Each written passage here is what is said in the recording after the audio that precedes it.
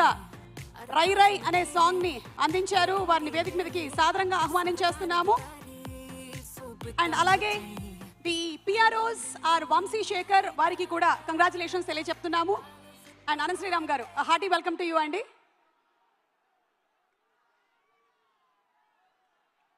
ఉలికి పడి ఊగాల ఉలకైనా నేనురకేస్తే, అదిరిపడి ఆగాల పిడుగైనా నేనడుగేస్తే,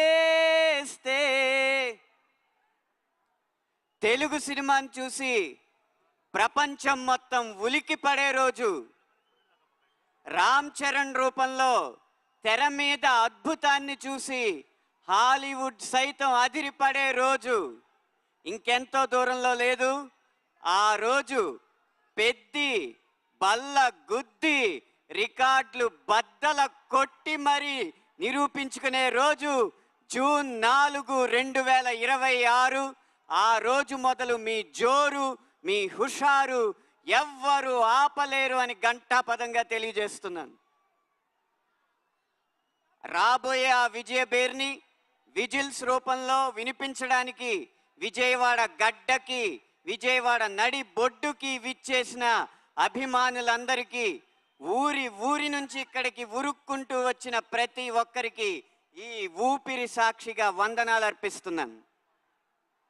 నేను రాసిన పాట వేలాది మంది ముందు ఏఆర్ రెహమాన్ గారు ఎలుగెత్తి పాడడం, రామ్ చరణ్ గారు వెండి తెర మీద విరగబడి ఆడడం, నేను రై రై రారా అని పిలిచిన, హల్లల్లల్లో అని పలకరించిన, మస్సా మస్సా అని ఉసిగొలిపిన, ఉత్సాహంగా వచ్చి ఆ పాటలకి మీరంతా నీరాజనాలు పట్టి 100 మిలియన్ల వ్యూలు అందించడం, ఒక పాటల రచయితగా ఇంతకన్నా విజయం, ఇంతకన్నా గొప్ప ఆనందం, ఇంతకు మించిన అదృష్టం ఉండదు, ఉండబోదు అని వినయంగా మీకు తెలియజేసుకుంటున్నాను.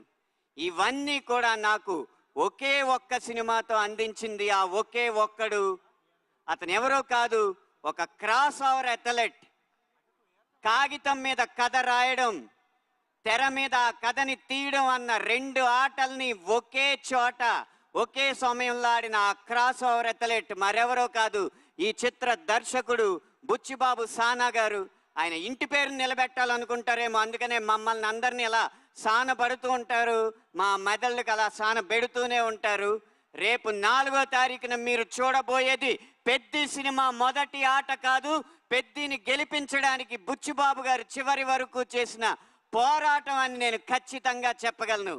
ఆ క్రాస్ ఓవర్ అథ్లెట్కి ఆట స్థలాన్ని, ఆట వస్తువుల్ని, ఆట జట్టుని అందించి అందరినీ అల్లారు ముద్దుగా చూసుకున్న కిల్లారు సతీష్ గారు, నిర్మాత గారు, వారందరికీ కూడా మనమందరం అభినందనలు తెలియజేయాలి, ధన్యవాదాలు తెలియజేయాలి. ఈ చిత్ర బృందంలో ఎవరి గురించి ఎంత చెప్పినా, ఆ ఒక్కరి గురించి మాత్రం ఏం చెప్పినా తక్కువే. ఆయన ఎవరో కాదు, ఈ చిత్రాన్ని నడిపించిన కథానాయకుడు, mega power star Ram Charan గారు.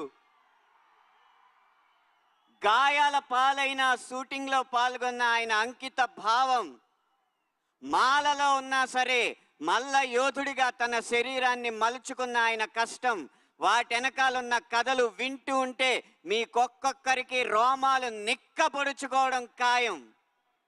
కానీ ఈ సినిమాకి రామ్ చరణ్ గారి కంటే పెద్ద హీరో ఉన్నారు. అవును, మీరు వింటున్నది నిజమే. ఈ సినిమాకి రామ్ చరణ్ గారి కంటే పెద్ద హీరో ఎవరో కాదు, ఈ పెద్దిగాడి కథ కొండరాళ్లనే కండరాళ్లుగా మార్చి ఆడి పోరాడి కండాల్ని కదిలించిన పెద్దిగాడి కథ. మీరు టీజర్లో నిదర్శనం చూసే ఉంటారు.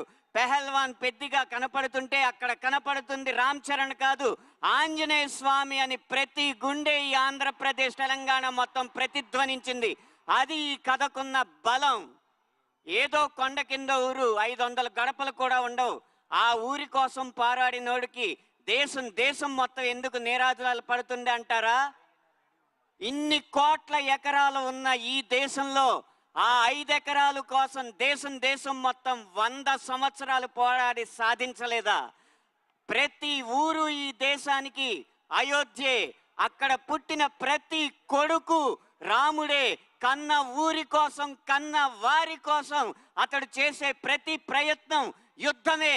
ఆ పోరాటంలో అతన్ని ప్రేమించి అతని వెనక నిలబడ్డ మీలాంటి ప్రతి ఒక్కడు హనుమంతుడే, బలవంతుడే, భగవంతుడే. కాబట్టి ఈ పెద్ది కేవలం పైకి సినిమా కథలా కనిపిస్తున్నా ఈ పెద్ది కొండ కిందూరి రామాయణం.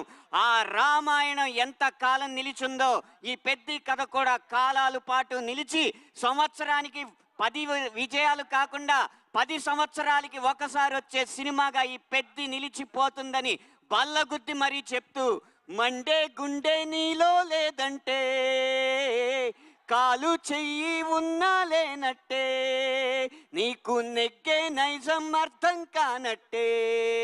ఇది పెద్ద సినిమా ఇచ్చే సందేశం. ఇంతటితో నా మాటలు సమాప్తం. ధన్యవాదాలు. Thank you so much Anant Sriram గారు. మీ మాటల ప్రవాహం చాలా బాగుంది, పాటల ప్రవాహం చాలా బాగుంది. మీరు అడపాదడపా మా కోసం కొన్ని స్టెప్పులు కూడా వేస్తూ ఉంటారు. కాబట్టి చిక్రీ స్టెప్ ఏమైనా ఇవాళ ట్రై చేద్దాం అనుకుంటున్నారా? లేదు, సతీష్ గారు పారితోషికం ఇవ్వలేదు.